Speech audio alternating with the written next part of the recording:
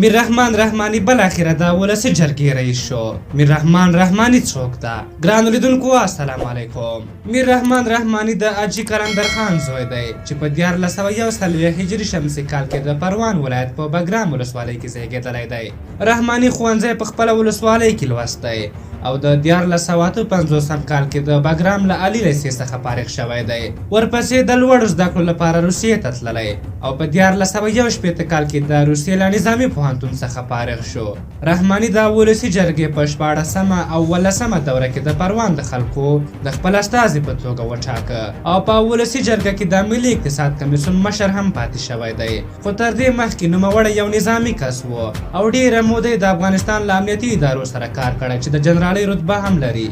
له نظامي لیکو له لرې کېدو وروسته دا نوموړي تمایل تجارت ته پیدا شو او خپل کاروبار یې پیل کړ. دوی د پروان د سوداګرۍ او صنایعو خونو رئیس هم پاتې شو.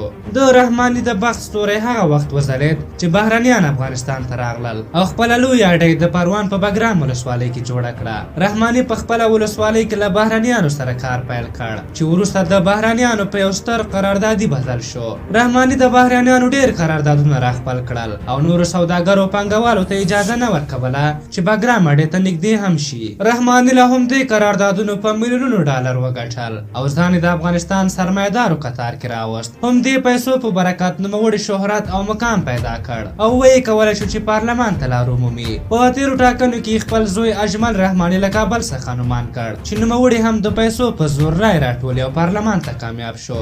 رحماني که څه هم اوس له جمعیتیانو د جمعیت ګوند سره ښکته او پورته کیږي او هغوی په شا ټپوي، خو نوموړی جمعیتي نه دی. ورور یې جنرال بابا جان د خلقیانو او پرچمیانو په حکومت کې مهم نظامي کس و چې وروسته احمد شاه مسعود ته تسلیم شو او اوس هم کله یو او کله بل ځای قومندان وي. رحماني هم په فکري لحاظ د بابا جان په څېر یو کس ګڼل کیږي چې په شعوري لحاظ جمعیتي نه دی، خو د وختونو بادونو د جمعیت ځالې ته راوړی دی. رحماني او کورنۍ د بدماشیو سابقه هم لري. په هغه لانجه کې چې په 1492 کال کې د امیر رحمان رحماني او فردوس د زرار احمد مقبل او صدیق احمد عثماني د وراره ترمنځ وشوه، 3 ملکیان پکې شهیدان شول. همدا ډول د پروان د ولایتي شورا د پخواني رئیس احمد زکي زاهد چې د امیر رحمان رحماني وراره او د جنرال بابا جان زوی دی هم ورته شکایتونه شوي چې په غلا او غدوی کې له ځینو نورو کسانو سره شریک دی. ترڅنګ د پروان ولایتي شورا دوه پخوانیو غړو قومندان شاه جهان او فرید شفیق هم